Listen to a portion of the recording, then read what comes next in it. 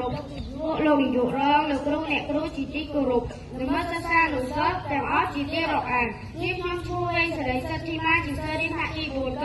នៃសាលាបឋមសិក្សាអ្នកអង្គការមហាភក្តីហ៊ុននាងព្រៃកំពឹកថ្ងៃនេះផងដែរខ្ញុំឡើងមកធ្វើបទបង្ហាញអំពីការសន្សំលុយតើការសន្សំលុយមានន័យដូចម្តេចការសន្សំលុយមានន័យថា 1. ទុកលុយឲ្យនៅសម្រាប់ប្រើពេលក្រោយ 2. គម្រោងផែនការថវិកាអ្វីមួយអាចជួយឲ្យអ្នករៀបចំផែនការសម្រាប់យើងទាំងអស់គ្នា 3. តើអ្នកគួរចាយលុយរបស់អ្នកនៅកន្លែងណានិងដើម្បីអ្វី 4. យើងត្រូវចេះកំណត់គោលដៅអត់ធ្មត់និងមានការតាំងចិត្តជួយសម្រួលការចំណាយរបស់គ្រួសារបាន 5. តើលុយរបស់អ្នកទៅទីណាឲ្យពិតប្រាកដឬក៏ចាយទៅលើអ្វីមួយឲ្យមានប្រយោជន៍ដល់យើងទាំងអស់គ្នាចំណុចទាំង5នេះសុទ្ធតែមានអត្ថប្រយោជន៍ដល់យើងដូចជាជួយឲ្យយើងចេះសន្សំសំចៃលុយនិងចេះទុកដាក់លុយសម្រាប់ចាយនៅពេលក្រោយជាចុងក្រោយនេះខ្ញុំសូមជូនពរដល់លោកនាយករងលោកគ្រូអ្នកគ្រូនិងមិត្តសិស្សលោកសិស្សទាំងអស់ឲ្យជួបតែពុទ្ធពរទាំង4ប្រការគឺអាយុវណ្ណៈសុខៈពលៈទុនដីគ្នាឡើយសូមអរគុណ